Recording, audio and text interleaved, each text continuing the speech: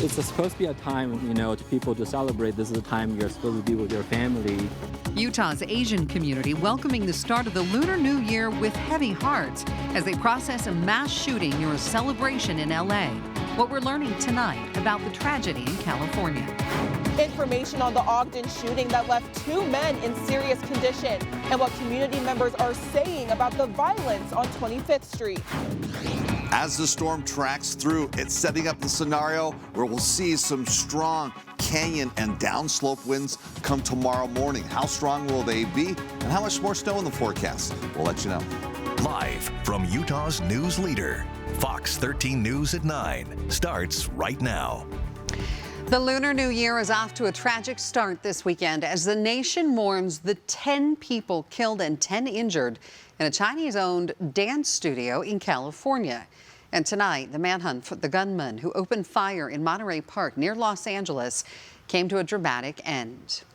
Good evening, and thanks so much for joining us tonight. I'm Amy Nay here at Fox 13 News at 9. As the night unfolds, authorities are revealing more about the suspect in this case after he took his own life. We'll have local reaction to that shooting in just a moment. But first, Fox's Ashley Soriano explains what we know so far about this investigation.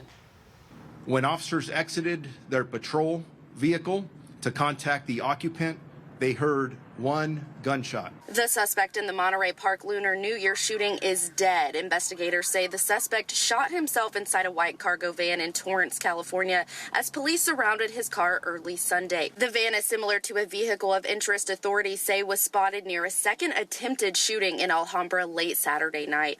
A failed shooting that came just 20 to 30 minutes after the suspect opened fire, killing 10 people and wounding 10 others inside a ballroom dance studio in Monterey Park. Several pieces of evidence were found inside the van linking the suspect to both locations in Monterey Park and Alhambra. In addition, a handgun was discovered inside the van. Torrance police moved in on the suspect hours after the Los Angeles Sheriff's Department released these images. LASD describing the Asian man pictured wearing a beanie as armed and dangerous. The suspect has been identified as Hu Can Tran. He is a 72-year-old male. While a motive for the shooting is still unclear, authorities say they aren't ruling out anything, including the possibility of this being a hate crime. We still are not clear on the motive. The investigation continues. As for the surviving victims wounded in this shooting, they are still hospitalized. Police have not released their names or ages. In Monterey Park, California, Ashley Soriano, Fox 13 News, Utah. Meantime, the shooting has affected many Asian and Asian American families celebrating the Lunar New Year holiday here in Utah. Fox 13 News reporter Emily Tenser picks up the story from here. The Ocean Mart here in Ogden is the largest Asian supermarket in Utah, and it was packed Sunday night with shoppers and community members celebrating the start of the Lunar New Year. And although their hearts are heavy for the tragedy in California, they're choosing to focus on the positivity of the holiday. It's the Lunar New Year, a time to celebrate new beginnings with family, food, and culture. No, we have one holiday, and it is the New Year, the Lunar New Year. So this is like our Christmas. The Ogden Ocean Mart was the place to be Sunday night as community members practiced chopsticks, painted Chinese characters, and watched the traditional lion dance. Start out, it'll wake up, and then it'll go and hit the furthest 4 corners of the building and show power to kind of scatter up evil spirits. I grew up in China, and I have great memories. So I want to pass down this experience to my son. The drum signifies the lion's heartbeat, and the dance represents power and strength, 2 traits the Asian community needs right now as they hurt for the 10 people killed in a mass shooting near a Lunar New Year celebration in Monterey Park, California. I mean, it's supposed to be a time, to people to celebrate. This is a time you're supposed to be with your family. And it's such a tragic event. Over 65% of Monterey Park's population is Asian. The Asian community already dealt with so much hatred during the pandemic, they refuse to let fear continue to overshadow important moments. There is a lot of random acts of violence in the world, and all we can all do is try and stand together and all try and be better people. The Lunar New Year is celebrated by many countries and cultures in Asia and in China. The holiday lasts for 15 days, and it's the year of the rabbit, a symbol of peace. Reporting in Ogden, Emily Tenser, Fox 13 News, Utah. New tonight, Utah Highway Patrol investigating a road rage incident on I-15. It shut down a part of the interstate between Draper and the Point of the Mountain. UHP says just before 5:30 tonight, several vehicles were, quote, road raging in the southbound lanes before Bangerter Highway. One of the vehicles drove into the area between the off-ramp to Bangerter, and the man rode for I-15 and struck the exit sign, rolling over. That driver suffered minor injuries in the rollover crash but refused medical attention. They ended up fleeing the scene, but troopers eventually apprehended them, taking them into custody. Ogden police are investigating an overnight shooting at a parking lot near 25th and Jefferson Street that left 2 men seriously injured. Fox 13 News reporter Darian DeBrule actually spoke to one man who witnessed the shooting, who tells Darian that he's worried about the increasing violence in this area. It's like the first time I've ever seen something like this, and I really don't want to see anything like it again. Saturday night was a regular night out at the 25th Street bars for Caden Davis and his friends, until gunshots rang out. We realized that it was gunshots, and then we all just got really freaked out because we were right there when it happened. Ogden police say when they arrived, they found 2 males with gunshot wounds. I just heard people screaming, get an ambulance. They shot him, they killed my brother. What you can see is 2 bullet holes right here. What you can't see is the 6 or 7 others through this front windshield. Police say this was a targeted shooting and both victims are expected to make a full recovery. Davis says he tends to stay away from 25th Street because of the violence. It is known for like a lot of shootings, especially like this area in particular. Like behind this parking lot, I've heard multiple stories about like fights breaking out and people pulling out knives or guns and like shootings and stabbings. Davis thinks one of the main factors behind the 25th Street violence is alcohol.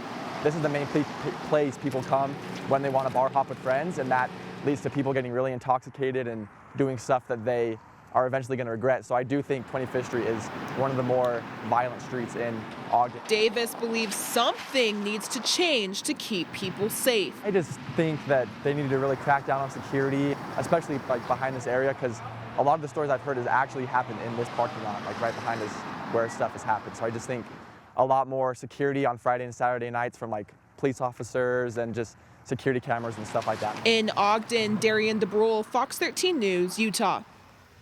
Ogden police say they have not yet made any arrests, and they encourage anyone with any information on this shooting to contact them. 3 teens have been arrested, another under investigation after police say they witnessed a drive-by shooting. According to Salt Lake City police, around 10:30 p.m. last night, officers saw a drive-by shooting near the neighborhood along 500 North Pamela Way.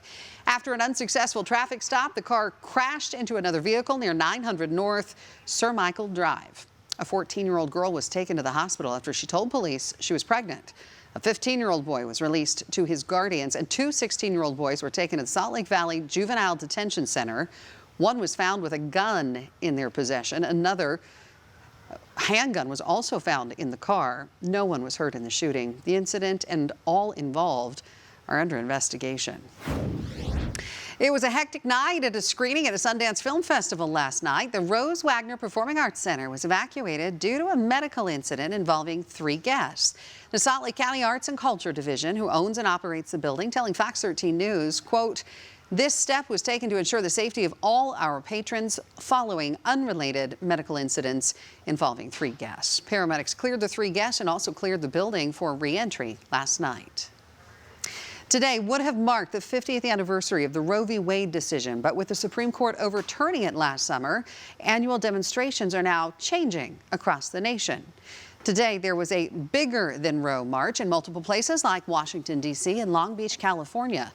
The first daughter of Norma McCorvey, a.k.a. Jane Roe, joined in this march, but first spoke about her mother, who has since passed, in a virtual press conference. I'm here post-Roe to stand up in support of all women to be afforded their reproductive rights. My mother was a force to be reckoned with as she made herself and her voice seen and heard. She was pro-woman and fought for women's rights to access safe health care, to take care of our bodies, as we see fit without any controls over our bodies and our decisions. Meantime, anti-abortion advocates marched through Washington, D.C. on Friday. They say the Supreme Court's decision has not ended the debate, but pushed it to federal and state lawmakers. Olympic snowboarder Jamie Anderson is aiming to drum up awareness and drive up participation of girls in board sports. She kicked off an event today called Jamie's Jam at the Woodward Adventure Sports Center in Park City. Anderson recently became partners with Woodward and became their newest signature athlete, working together with local nonprofits, Youth Sports Alliance, and SOS Outreach. They picked 10 underserved girls to get a private Give Back with Love premium experience with Jamie. We got them Oakley goggles, GNU snowboards, Union bindings, and Dakine gloves, and then of course the Woodward passes. I started the JA Foundation to help give back to kids in need that might live in this beautiful mountain town like Park City or Tahoe, but don't have the financial needs to get on the mountain. So Woodward, a part of the event today is that they donated and sponsored the Jamie Anderson Foundation, which is helping get more kids on snow. Other kids and adults were invited to participate in the on-snow and indoor portion of the event. Boy, we've been getting even more snow. It was sort of falling out there even just now, Brett. We're still seeing light snow showers here along the Wasatch Front. This storm, not a big snow producer, but as we warned this morning, we knew when it did fall, and because it's been so cold, it would stick quickly to the surfaces, which we did have some slick roads out there throughout today. Now, we're still holding on as the storm and front pushing towards southern and southeastern Utah. Still looking at some snow moving from Zion National Park, Kanab, over towards Bryce Canyon. Throughout south central, southeastern Utah, we can continue to see snow showers in the overnight hours. Again, not expecting to see much in accumulation, where reports coming in for most spots getting an inch or less. Still a few flurries, though, as we go over towards Tooele throughout the Salt Lake Valley, particularly near the benches. So light snow could pose a little bit of a problem. Another issue, though, you can kind of start seeing the direction of the flow from the east to the west. So we're setting up easterly winds, and we're going to see some downslope winds, particularly as we look here along the Wasatch Front. And with that, some cold temperatures already out there. This cold front bringing very cold air, where right now we're in the single digits in Logan. Low looks like 2 degrees in Vernal, low 20s in Price. Right now 19 through Milford and Cedar City. Now winds, they're not too strong right now, but we are expecting to see wind gusts picking up, particularly, as I mentioned, here along the Wasatch Front, where we do have a wind advisory in place. Downslope winds waking up tomorrow morning. We can see wind gusts 40 to 55 miles per hour. You need to secure those loose items like garbage containers here along the Wasatch Front. Now, how long will this wind event last, and any more storms out there that we need to look at? I'll let you know coming up. Also coming up, a one-of-a-kind cat in eastern Utah has passed away. Why this feline was so beloved by the community. We'll bring you that story. Plus, the IRS beginning to accept tax returns starting tomorrow. What you need to know before you file so you don't fall victim to any scams that are out there. We'll be right back.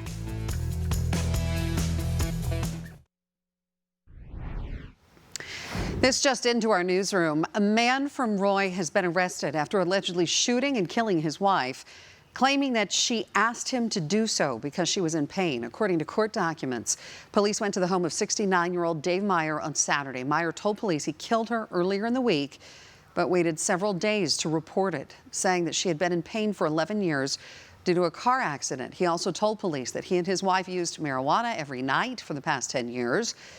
He has been booked and ordered to be held without bail, facing charges of first-degree felony murder and second-degree felony obstruction of justice. Last week, we showed you the sights and sounds of the Fire and Ice Winter Festival in Ely, Nevada. Well, this year's festivities were bittersweet. Just a few weeks ago, this cat named Dirt, the mascot of the Nevada Northern Railway, sadly passed away. Fox 13 News photojournalist Rick Bork spoke with the president of the museum about why Dirt meant so much to them and the community. Dirt was our shop cat. He was born in our engine house 15 years ago. He was born under the rotary snowplow. He was the runt of the litter. Mom and the other kittens left, and left this little orange-white ball of fur behind.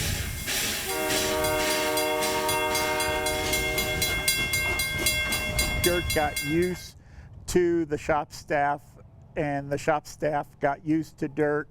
And the master mechanic at the time was L. Gledhill, and L adopted dirt, and dirt adopted L. A friend of mine happened to be walking through the engine house, and dirt was sitting majestically in front of locomotive 40, and he laid down on the floor, got a picture of dirt looking regal there. We posted it on the internet, and the rest, they say, is history.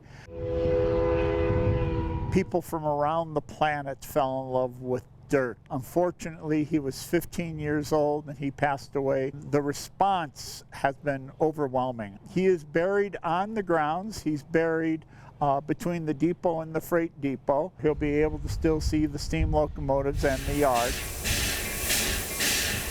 Very heartwarming to have all these people reach out and give us our condolences, because he was part of our family and he was very, very special. He was more than a cat. He was more than a cat. It seems like that was the case. The Nevada Northern Railway just announced today there will be a memorial service for dirt on Memorial Day weekend. There will be 2 life-size statues of the cat unveiled Sunday, May 28th in Ely for those that want to attend. For more information, you can go to nnry.com, as well as the Nevada Northern Railway's Facebook page. Well, it's time right now for us to check in on your weather. Utah's Weather Authority, Breck Bolton, tracking all kinds of weather for us this weekend. Some snow falling all across the state. Now, that's been a concern today. We mentioned earlier this morning, it was slick out there, even at this hour. I was driving back to the studio. I said if we had just even a skiff there, you'll have to be cautious because it sticks to the roads, providing for some slick conditions, which could be potentially the same situation for tomorrow morning here.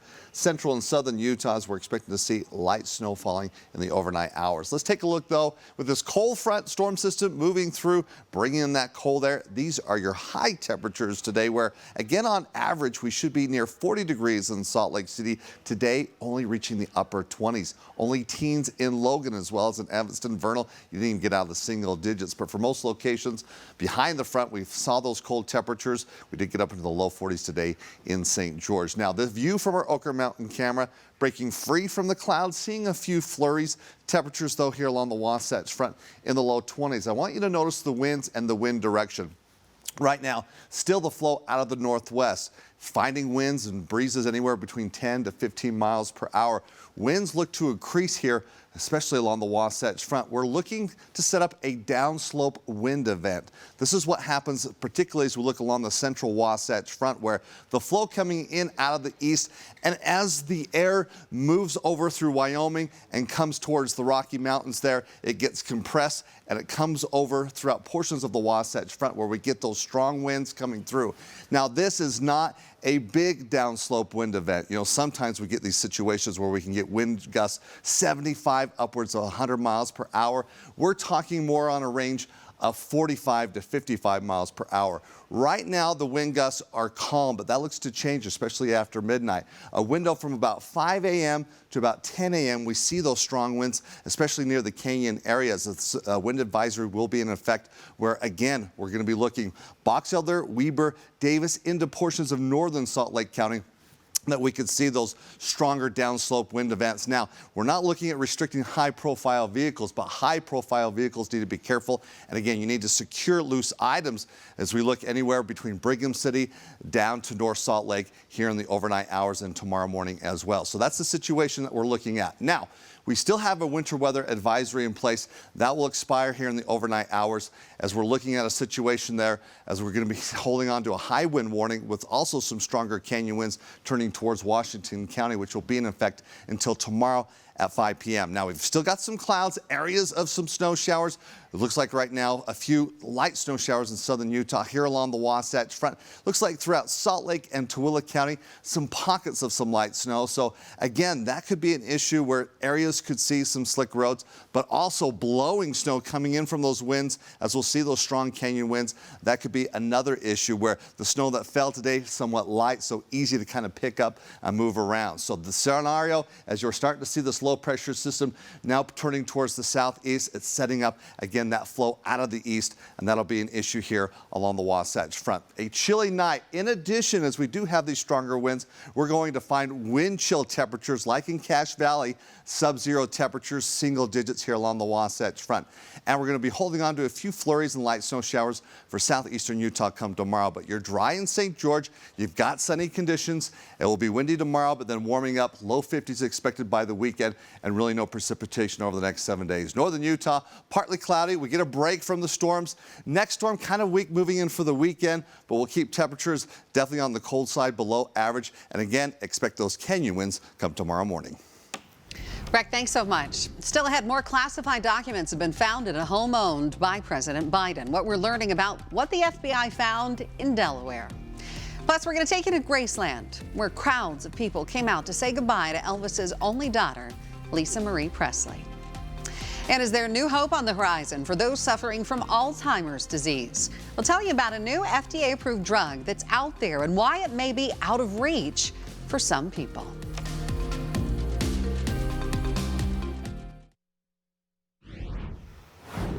In national news, more classified documents have turned up at President Biden's home in Delaware. FBI agents discovered 6 more documents with classified markings at the president's home in Wilmington. The president's personal lawyer, Bob Bauer, said some of the items date back to when Biden served in the Senate and when he was vice president. Searchers also seized some handwritten notes from Biden's time as vice president. The department requested to search the president's home in Wilmington after classified documents were found at the place where the Penn Biden Center in Washington, D.C. Meantime, the Biden confidant who ran the president's COVID-19 response will reportedly be replacing Ron Klain as the White House chief of staff. Jeff Zients also played a key role in the Obama administration. Media reports say Klain is expected to step down in the coming weeks. Now, the president reportedly selected Zients in part because Klain wanted him as his successor. New York City will soon open a 5th relief center for migrants. It will be housed at the Brooklyn Cruise Terminal, which is normally used when cruise ships arrive in the city. It's unclear when the new center will open, but Mayor Eric Adams says it will be soon. It is expected to house about 1,000 migrants. The city has cared for more than 40,000 asylum seekers since last spring. Currently, about 28,000 remain in the city. The new relief center is expected to remain open until the spring. Then the terminal will shift back to its normal operations for cruise season. Large crowds of well-wishers gathering at the Graceland Mansion in Memphis, Tennessee, as they mourn the death of Lisa Marie Presley, the only daughter of Elvis Presley. Members of the public were invited to attend this morning's memorial service. Instead of flowers, the Presley family is encouraging mourners to make donations to the Elvis Presley Charitable Foundation. The memorial included a procession to Graceland, where Lisa Marie's body will be laid to rest next to her father and her son Benjamin. Lisa Marie Presley passed away earlier this month from cardiac arrest at the age of 54. Straight ahead, we're going to take a look at the pros and cons of a new treatment for Alzheimer's, why it's giving hope for some families, and why that hope may still be out of reach for others. And with tax season comes scam artists, some looking to steal your personal information. The advice from experts so you don't get conned.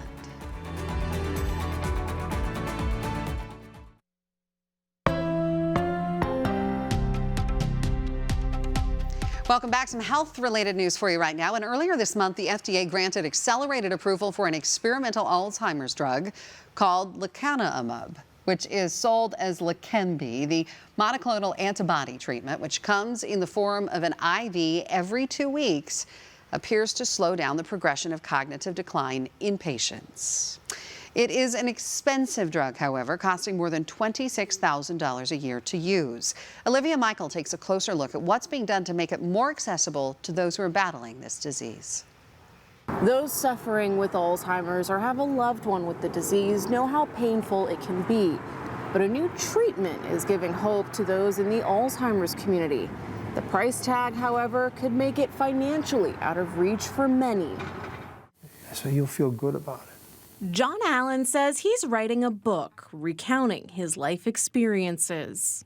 But I also wanted my grandsons and my daughters to see that maybe their dad can do something for himself there. The idea came after he was diagnosed with mild cognitive impairment, or MCI. It was a shock. Which often develops into Alzheimer's disease. You just have to recognize that there's one aspect of your life that you can't control. An estimated 6.5 million Americans over 65 are living with Alzheimer's, but a new drug is giving hope. The approval of lecanemab is a real game changer in treating Alzheimer's disease. The monoclonal antibody treatment just received accelerated approval from the FDA. It slows the progression of the disease, but comes at a hefty price. Most people cannot afford a $26,500 price tag for a medication. And the fact that it is not currently paid for by Medicare and other insurances is huge. That's why the Alzheimer's Association filed a motion for the Centers for Medicare and Medicaid Services to reconsider the decision. Right now, it's a privilege. It's not a common drug. Until then, Allen says he'll continue to be a voice for those with the disease. But it's not the end. If anything, it's adding a new way that you can do something for yourself. And hopes his story can help others. Reporting in Nashville, I'm Olivia Michael. Well, it's hard to believe, but tax season officially upon us. The IRS will begin processing tax returns starting this week. That means cyber criminals are also looking to cash in big time. Experts are warning that they are actively looking to steal your most personal information and take your money. Mike Holden shares some ways to protect yourself and what to look out for so you don't become a victim. As you gather your paperwork and begin prepping your tax returns, stay alert. We get calls and complaints from consumers every year that they've been duped by impersonation scams. The Better Business Bureau is keeping a close eye on tax scams and fake IRS agents trying to contact you. The BBB reports during 2021, there were at least 52,000 reports to the IRS for tax scams, and a total of $1.6 billion was lost. Experts say your best bet is to be proactive and file as soon as you can, because ultimately it avoids potential delays and lessens your risk of tax identity fraud where someone files under your name. The earlier you get it in, the quicker that they can respond and process it. And so I always tell people file early because it just gives you a little more breathing room. If you're concerned about data breaches or your information being compromised, request an identity protection PIN directly from the IRS. It is an added layer of protection. In addition, remember the IRS will never call you or threaten you. The only communication from the agency will come through certified USPS mail. So don't buy into the pressure of bogus text messages and those social media posts. Scammers love to scare. They love to panic people because it puts you in a situation where you're not thinking clearly. Also, be on the lookout for questionable email requests and check who the sender is. Look out for any misspelled words and strange formatting. If it's not .gov, it's not real. And experts are stressing that if you come across any suspicious behavior, report it directly to the Better Business Bureau Scam Tracker website or directly to the IRS. For the Scripps Network, I'm Mike Holden. Coming up in sports, the nationally ranked Utah women's basketball and gymnastics teams were in action tonight with the Red Rocks against the top-ranked team from Oklahoma. And the playoffs continued in the NFL. Some local players stepped it up today. The Final Four is now set. The highlights are on the way.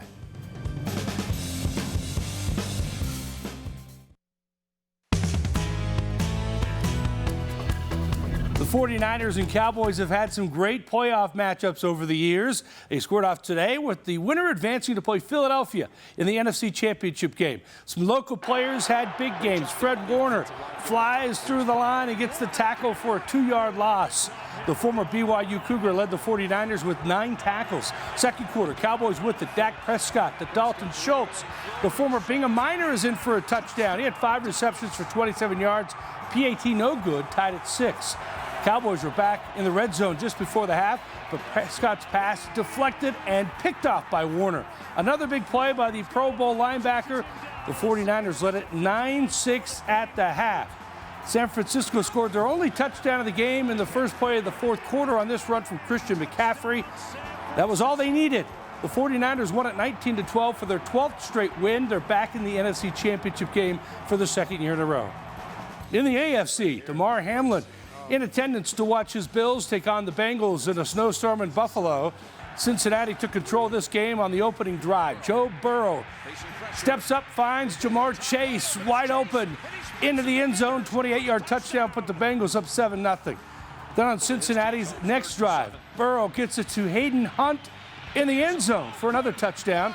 The Bengals are up 14-0. The Bills got on the scoreboard, though, in the second quarter. Josh Allen keeps it and scores. Buffalo back in it, down 14-7. But the Bengals stayed on top. Joe Mixon just crosses the goal line for a touchdown. The Bengals won at 27-10, so it's an AFC Championship rematch between Cincinnati and Kansas City. The 8th-ranked Utah women's basketball team wrapped up their Bay Area road trip, and after losing to 4th-ranked Stanford on Friday, the Utes took Cal. Gianna Neepkins with 3 of her 20 points. Alyssa Peely also scored 20. Gets the bucket and the foul. 3-point play put Utes up 24 in the third quarter. Here's another nice post move from Peely. The Utes won it big, 87-62, to improve to 16-2. 5th-ranked Utah gymnastics team fell behind number 1 ranked Oklahoma after the first rotation. They picked it up, though. Jaden Rucker, the defending national champion in the vault, tied for first with a 9.975. Grace McCallum led the Utes on the floor. She tied for second with a 9.925. And Miley O'Keefe had the best score of the meet on the beam with a 9.975. But Oklahoma beat Utah 197.975 to 197.275. Final round of the American Express on the PGA Tour. Utah native Tony Finau, great in the final 2 rounds. 65 yesterday, 66 today. Finished tied for 16th at 21 under par. So good week for Tony. Jon Rahm took the 1-shot lead with this birdie on the 16th hole. He won it by 1 shot at 27 under par for back-to-back wins in his last 2 starts. Okay, coming up tonight on the sports page, we'll check in with the Jazz and RSL, plus a big Saturday of college basketball, and we'll hear from an expert on the transfer portal on how it's really changing college athletics. Players can just go wherever they want. Wow. All right, but some exciting football today. Yeah, in the snow. Would you rather be in the snow in Buffalo or the nice weather in St. Clair? I don't know. Is that really a tough question? Choice, right? It is. Thanks so much. Much more coming up on Sports Page. Right here, we have the snow. A photo coming in our Facebook page. This doesn't stop these folks to get out on Utah Lake and do some outdoor activities. But the snow did pose some problems for traveling today. Will it be sticking around for your Monday morning commute? We're going to let you know after the break.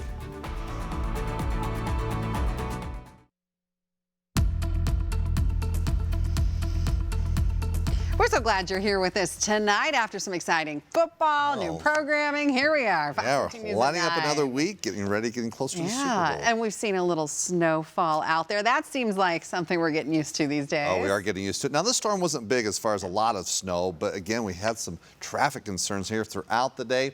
And let's talk about your Monday morning commute, where we might still see some flurries. We look outside right now, downtown Salt Lake City. Snow not falling. It is cold out there, though. Yeah, we get the snow. Now we get the cold. And when you add on the winds, take a look at the wind chill right now, where current temperature 23 degrees, winds at 13 miles per hour. It feels like 11 degrees. Wind chill will be a concern come tomorrow because we are going to be looking at some stronger winds in the overnight hours, and that's an issue that we need to talk about. What we're looking at is a downslope wind event that we know can occur, especially as you look along the central Wasatch Front, so Box Elder, Weber, Davis County into the northern part of Salt Lake County. Now, this is not a big event. You can see the range of the wind gusts, 40 to 50 miles per hour. We know that we've experienced some stronger wind events where they've been upwards of 75, 80, even 90 miles per hour. That's not going to be the case, but that does mean you need to secure any loose items in your yard as we look along the Wasatch Front. But we're going to keep things cold. The snow, as we're seeing flurries, it is decreasing, storm moving away. We're going to see an extensive break from the storms. We do have something that will push its way through for the upcoming weekend. But again, as we look over the next several days, we don't see any snow or big snow in the forecast. Maybe some mountain showers come Monday night through early Tuesday morning. But let's take a look at the wind event. I moved the clock until tomorrow morning. That range between 6 and 10 a.m. You can see these stronger wind gusts, especially near the canyon. So traveling along I-15 or Highway 89, going from Fruit Heights up through South Ogden, that's definitely an area you're going to see those strong winds. Weber, Farmington Canyon, Ogden Canyon, and again, portions of the northern end of Salt Lake County. So as you go from the avenues over towards the University of Utah, potentially Parley's Canyon, you're going to find those strong wind gusts. Now, there's no restriction for high-profile vehicles. That'll kind of be assessed come tomorrow morning to see if they need to put that restriction in place. But definitely we'll see some blowing snow. So this is going to be a concern for travelers and the morning commute as you make your way through those areas along I-15. Now, with that wind advisory in place, it'll expire by 11 a.m. So it's a short-lived event. Winter weather advisories, though, still in place for West Central, South Central, into southeastern Utah.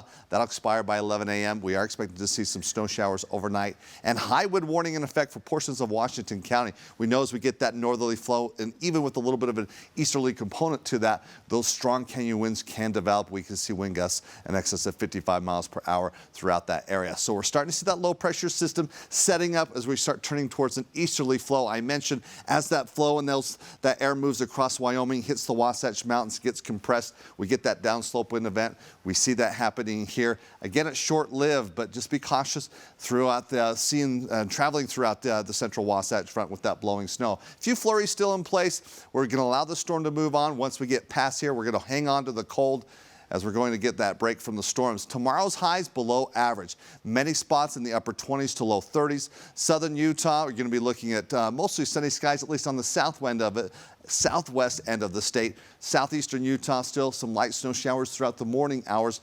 Those will move on as we progress throughout the day. St. George, it's 40s. It's sunny, warming up slowly. You're at 50 degrees by the weekend. We don't see any storms or precipitation in your forecast as we move ahead. A Wasatch Front, we're going to see some clouds, not a lot of snow. We'll hang on to the cold. Could start to see some haze developing, though, throughout the week.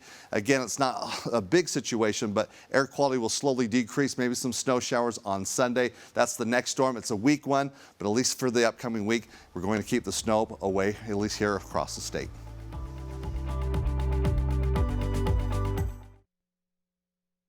All right, little entertainment news before we go, and we'll give you one guess. Which movie topped the weekend box office? Well, I don't know. There's a little water involved with this, and Rick Damagello has the countdown for us.